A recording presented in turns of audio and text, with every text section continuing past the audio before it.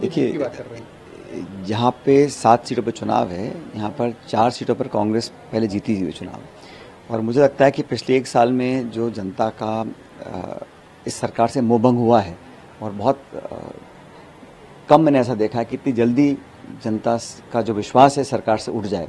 और सरकार के वर्किंग पे भी लोग संतुष्ट नहीं हैं। ग्रामीण क्षेत्रों में विकास ठप पड़ा है, जल जीवन मिशन में बिल्कुल कार्रवाई नहीं हो रही है, तो बिजली पानी को लेकर बहुत लोगों में परेशानियां हैं। और सरकार ने जो वादे किए हैं नौकरियों के बारे में, इन्वेस्टमेंट्स के बारे में, धरातल पर उसको उतार नहीं पाए हैं।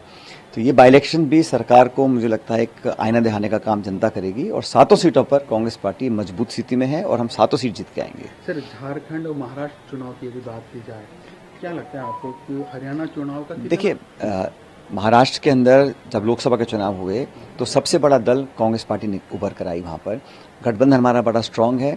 और मैं ऐसा मानता हूँ कि झारखंड और महाराष्ट्र दोनों में हमारा इंडिया गठबंधन है, उसमें हम लोग ताकत से चुनाव लड़ रहे हैं। हमारा समन्वय अच्छा है, हमने कैंडिडेट डिक्लेयर कर दिए हैं और दोनों स्टेट्स के अंदर इंडिया अलायंस की सरकार बनने जा रही है। सर, जनगणना की यदि बात की जाए तो सरकार की तरफ से कुछ बात सामने आई है, क्योंकि कांग्रेस शुरू से जातिगत जनगणना की बात होती है। क्या लगता है आपको कि देखिए, जो सेंसस है ना, ये आज से नहीं, ये दशकों से हर 10 साल में होता था।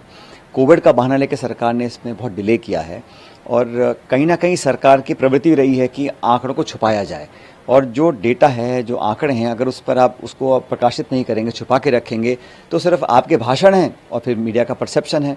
तो हम तो चाहते हैं कि कास्ट सेंसस भी हो, लेकिन जो आंकड़े हैं बेरोजगारी के हैं, भुखमरी के हैं, रोजगार के हैं, निवेश के हैं, वो पब्लिक डोमेन में आए। जब तक डेटा नहीं आएगा तब तक उस पर एक सार्थक चर्चा नहीं हो सकती है। सरकार ने हमेशा से ही पिछले 10 सालों में डेटा और आंकड़े छुपाने का काम किया है। सरकार को निष्पक्षता से और पारदर्शी तरीके से आंकड़ों को प्रस्तुत करना चाहिए जनता के सामने, ताकि सच्चाई सामने आए। आज जो खाई बढ़ गई अमीर गरीब की, उसके आंकड़े देखने चौंकाने वाले आंकड़े हैं, लेकिन सरकार उन आंकड़ों को दबा के रखती है। अभी भी जो बात कह रहे हैं, हम तो हमेशा समर्थन करते आए हैं कि सेंसस भी हो, कास्ट सेंसस भी हो, ताकि जो प्रभावित लोग हैं उनका कितना प्रतिशत है, कितनों को लाभ पहुंचा, कितनों को नहीं पहुंचा, उस सब पर एक निष्पक्ष तरीके से जनता के सामने वास्तविकता को हम प्रस्तुत कर सकें। सर, लास्ट सवाल, क्योंकि उपचुनाव है, तमाम जो चुनाव थे इंडिया गठबंधन में जो सीटें हुई थी वो शायद नहीं हमारा 7 सीटों पे कांग्रेस, हमारा गठबंधन नेशनल लेवल पर मजबूत था और आज भी मजबूत है। जैसे उत्तर प्रदेश में हम लोगों ने सपा का समर्थन किया है, कई राज्यों में हमारे को लोग समर्थन कर रहे हैं, तो हमारा एक नेशनल लेवल पर अच्छा गठबंधन है। और कोई कितना भी कोशिश कर ले, इंडिया गठबंधन कभी कमजोर नहीं होगा।